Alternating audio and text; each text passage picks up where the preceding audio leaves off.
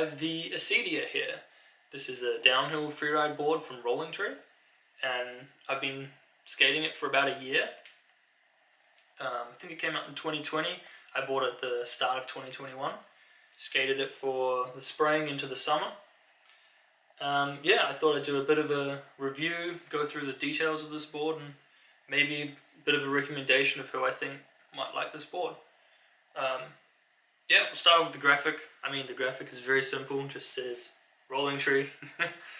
But with the carbon kind of, shine to it, which is nice. And I just put some stickers that I like on it.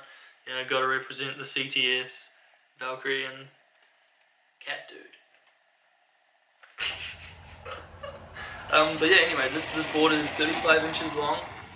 It's 9.4 inches wide with a bit of taper to it. It's got wheelbase options of 22 to 25 inches. And it's got a bit of W concave in the back. It's got wheel flares all around and wheel wells all around for clearance.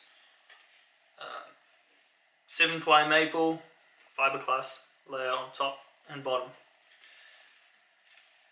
So yeah, just a solid downhill board. I mean, that's my first comment on this board, I guess, is it's just a pretty standard, solid deck. There's nothing too crazy going on. It's not really getting too small, too narrow, too wide, too anything. It's pretty much right in the middle where you want to be.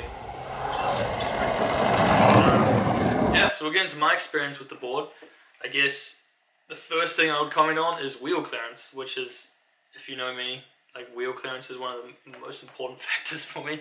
And this thing has massive wheel clearance. So with the flares combined with the wheel wells, this thing just so much room. You can see this is a Voxter adjustable plate set at, I think I'm 25 degrees right now with a basically full-size alpha, and there's just tons of room. Like you're never gonna get wheel bite with this board. Like no rises, no nothing, just tons of room. Same on the front side as well. Just heaps and heaps of wheel clearance, so you can just put on the biggest, fattest wheels and not worry about it, which is awesome. That's great. Like wheel clearance is it's a must for me anyway, because wheel bite sucks. It has W in the back.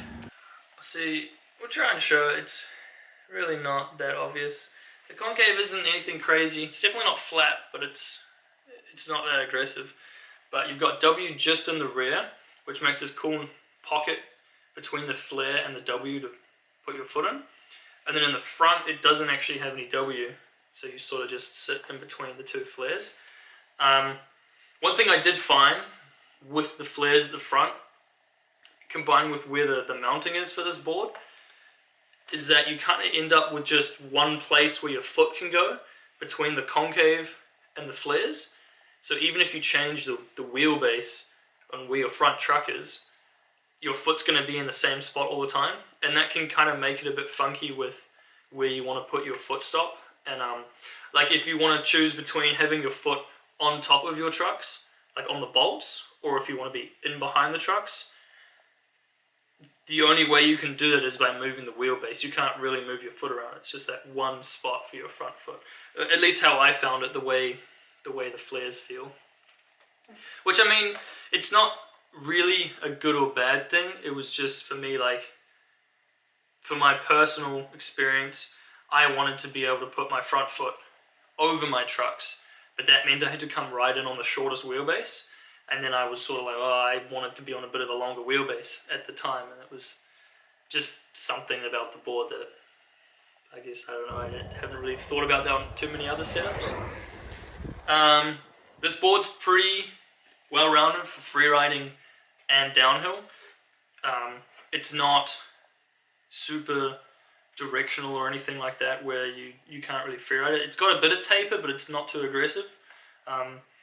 I did a lot of mostly freeriding, small session spots and stand-up slides and stuff earlier in the spring, and it was great. I was doing 180s and stuff, not too much of a problem there.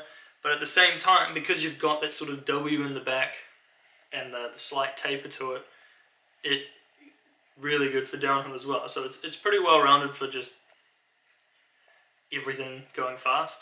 It doesn't have a kick, obviously, it's cut off, so if you're into kick tricks and even you're just someone who likes to have a kick to pop the board up, you don't really have that.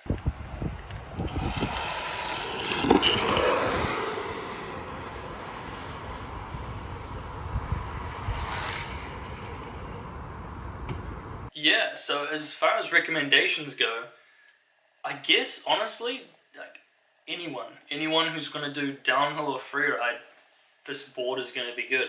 There's a variety of wheelbases. The width is pretty like standard, neutral. It's not too narrow, not too wide.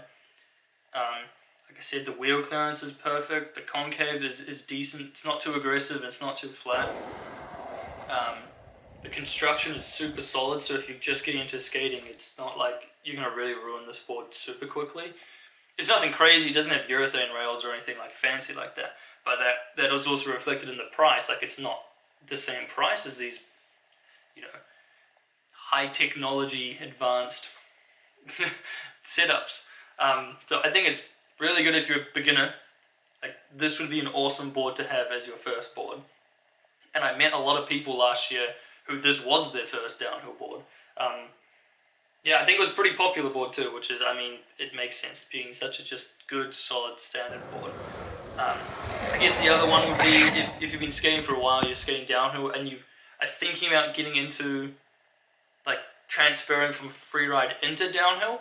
This could be good for that because like I said, it has that slight directional aspect to it with the tapered concave and the W in the back but not in the front. And that really big wheel clearance for if you're going to start riding square wheels and that's something you're nervous about. This is definitely something that's going to get you headed towards those grip and rip setups without being specifically for that. Yeah, I love this board. I rode it a ton.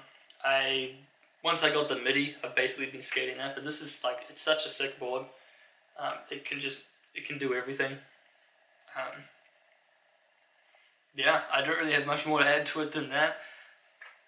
But strongly recommend this board. It's really not that expensive. It's super solid. It looks clean. I like it. You'll probably like it.